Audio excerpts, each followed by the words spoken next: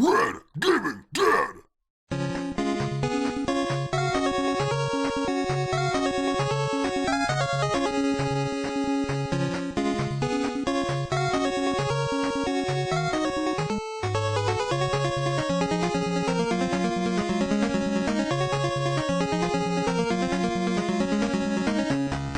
Little Nemo the Dream Master is one of my favorite games on the NES. Back in the NES days, Capcom was a badass platform game-making machine, with games like Ghosts and Goblins, Strider, DuckTales, and a host of other Disney-licensed platformers like Chip and Dale, and not to mention the Mega Man series. Capcom platformers ruled, but Little Nemo is no exception. Little Nemo the Dream Master is loosely based off of the comic strip Little Nemo in Slumberland. The plot of the game is simple. Rescue Slumberland from the Nightmare King. Each level is a different dream, which brings a variety of really interesting environments to the table. What sets Little Nemo apart from other platformers is the way you attack. Throwing candy! I'm just kidding. You do throw candy, but some animals in Slumberland are crazy for the stuff. Just 3 pieces and they fall asleep, at which point Nemo gains the ability of that animal. The object of the first few stages is to collect all the keys to open the door at the end. The keys are hidden all throughout the level, and you'll need the help of several different animals to get to them. Some animals, like the lizard, gladly give you a ride. Others, Nemo kind of turns into a suit. The frog suit jumps high and swims much better than Nemo. The mole digs, and the lizard climbs walls, and can also fit through narrow spots. The second level is a little trickier. Keys are more secretive, the gorilla is a huge target, and there's evil homing dandelions that follow you everywhere. Fortunately, the gorilla can punch. It's really satisfying because the gorilla is the first animal you get to attack with. The second is the bee. I hate the bee. His flying controls take a minute to get used to, and they stick him right next to a hole. If you've never played this part before, it's pretty much a death trap. Then, there's level 3.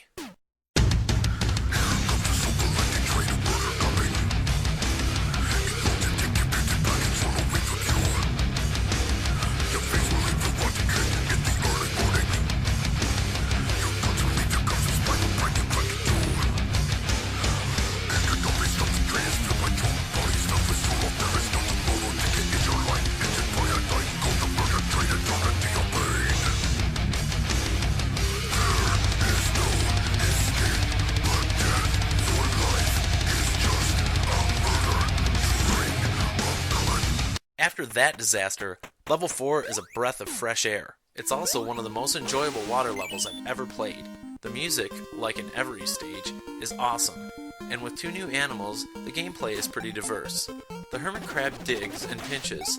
Also, he can fly in this part. The fish is the strangest animal you can get.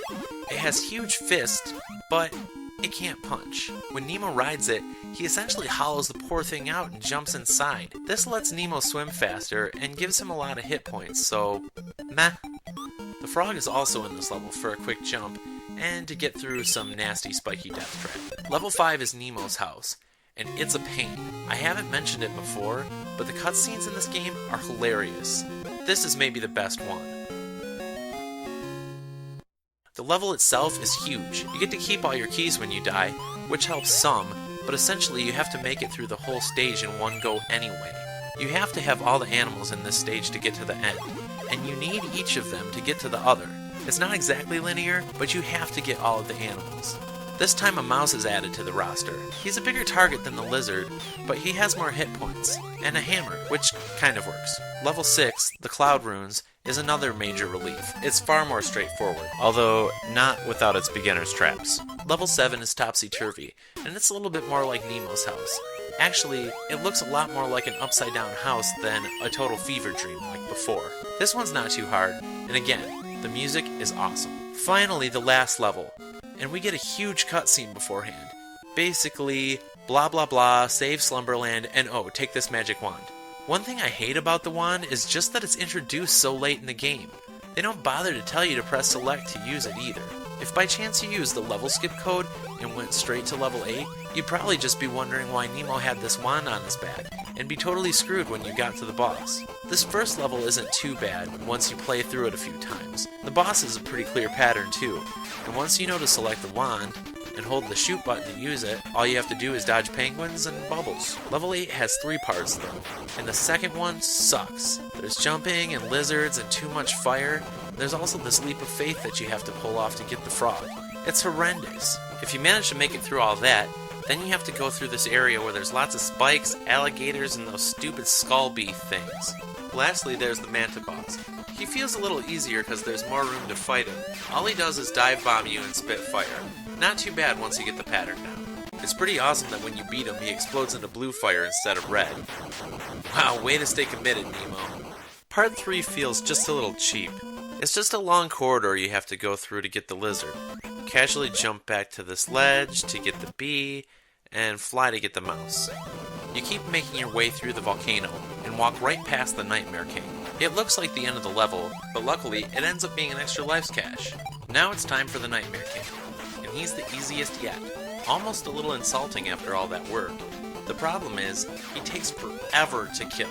All he does is move back and forth and then shoot red lasers and blobs at you. All pretty easy to avoid. Just keep blasting away at him and then you win. Afterward, you're treated to a long cutscene where Morpheus dresses up like the ghost of Christmas present and tells Nemo about the Matrix. He actually offers to make him Prince of Slumberland, and Camille will explore the Taffy Swamp with him and teach him magic.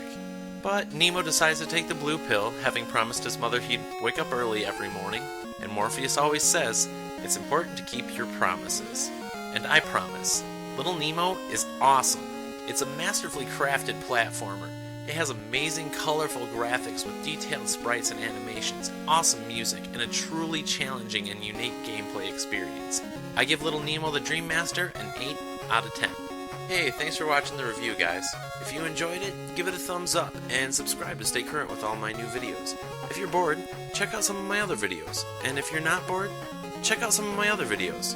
We'll see you guys next time. Peace.